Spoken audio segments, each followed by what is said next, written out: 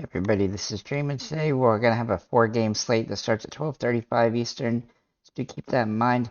Before I get started, can you guys smash that like and subscribe button? Also, drop a comment below with your home run calls. Kevin got it right yesterday. He got Justin Turner, so let's see if we can keep this streak going for you. We got some good home run calls though every day, so keep dropping those comments below. Before I get started, my core play for DraftKings is Luis Robert Jr. He has been really solid lately. So let's go and get in our pitchers here for this slate. We're going to start with Dylan Case for Chicago White Sox. He's got pretty expensive here. He hasn't had the greatest season. He's been up and down, but he's got a good matchup here against Cleveland, and he should be able to get some strikeouts in this one. He's got some of the one of the better strikeout options on the slate. It is very limited today on this particular slate, only 4 games, so that definitely helps. He's just overall the best pitcher available in the best matchup. I like his upside as a result, and I think he's definitely a viable option here. Then we're going to look at Yuri Perez from Miami. Now, this is the second game he's played. His first game against Cincinnati, he didn't go deep in the game, but he did get 7 strikeouts, which really did help him. He definitely has that potential here. He has good strikeout stuff. He is young, though, so do keep that in mind. But he's got another decent matchup here. But I could see Washington being pretty good as well, so do take that in consideration. But he is cheap and is viable on the slate. Then we'll look at Taj Bradley for Tampa Bay. He's facing the Mets, and I like the Mets and the Rays today. But he definitely has the best upside considering the fact that he's had some really solid games to start the season, including against a couple decent teams as well. His strikeout stuff is good, and he's not giving up a ton of earned runs, and he has a good opportunity to be one of the better scoring players on this slate, though it is a tough matchup against the Mets. And then we're going to look at Tyler Wells for Baltimore against the Angels. Another guy that's got good stuff, but he's got a weirdly tough matchup for his potential. But he's still in a good spot, and I still like his upside. Though there's a couple players on the LA Angels that are worth taking a look at as well. But those four pitchers are the best options on the slate, I think. Everybody else is kind of very hit or miss, so that's what I have for the pitchers. We'll get into the catchers here. Now, my top play here, I thought about putting him into my core plays is James McCann. He has, kind of a boomer bust mentality. He's very cheap though, and he's definitely rosterable here. I don't know that it doesn't seem to look like that Adley will be playing tomorrow. So, but obviously we're gonna check back.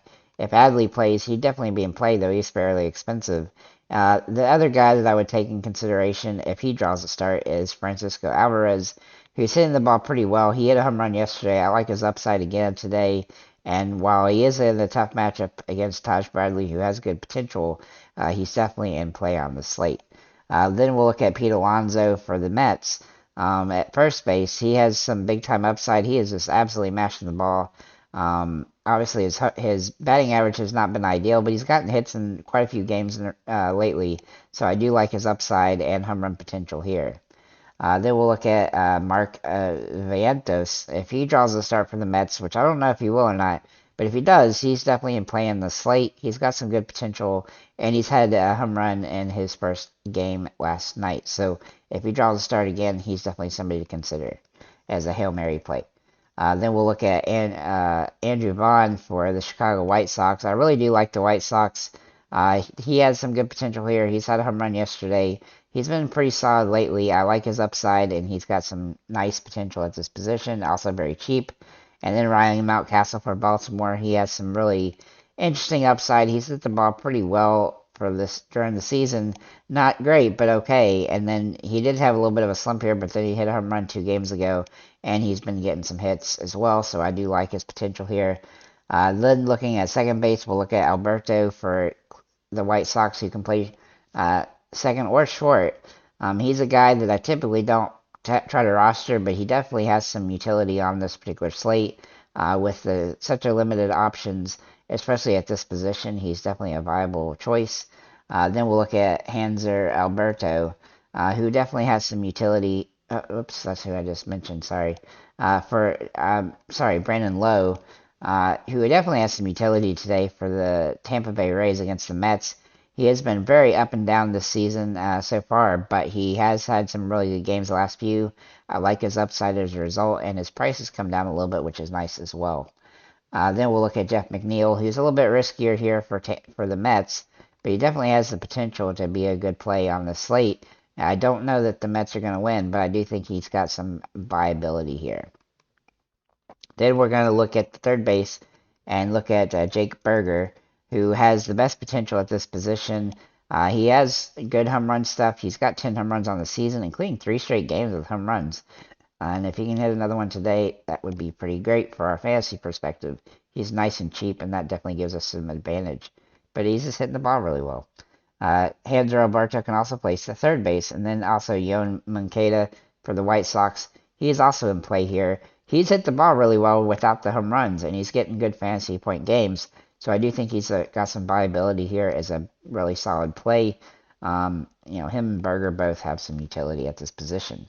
Moving to shortstop, Tim Anderson for the White Sox is in play.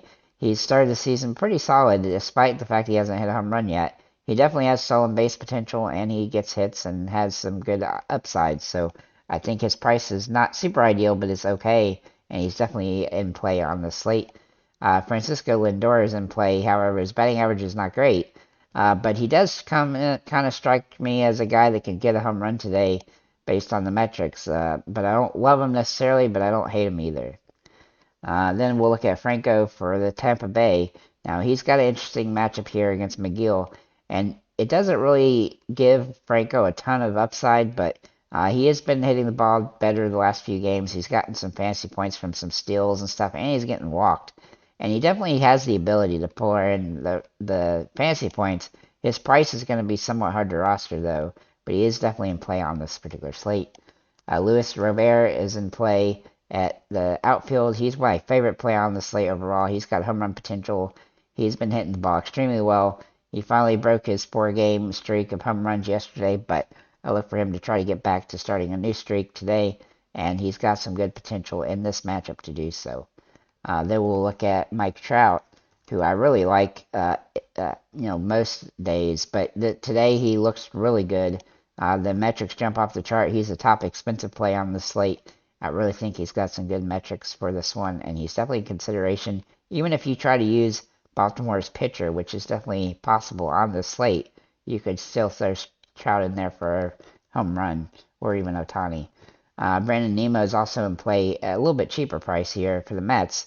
Another guy that's hit the ball extremely well lately this season. He's not a big home run threat, but he does have some other potential with occasional stolen base and occasional, doubles and triples. So I definitely think he has some potential. Plus, that game should be pretty high scoring. Then we'll look at Josh Lowe, who I really think is a good option in the outfield for Tampa Bay. His price is not ideal, and he is somewhat inconsistent, but he definitely has the potential. If he can get a home run, he'll pay off, and that's really what we're looking for with him. Starling Marte for the Mets is also in play against Bradley, a guy I like, but he definitely has fantasy point potential in this one, though he's been a little bit inconsistent. He's not a big home run threat, but he can get some stolen bases, and that definitely gives us an advantage.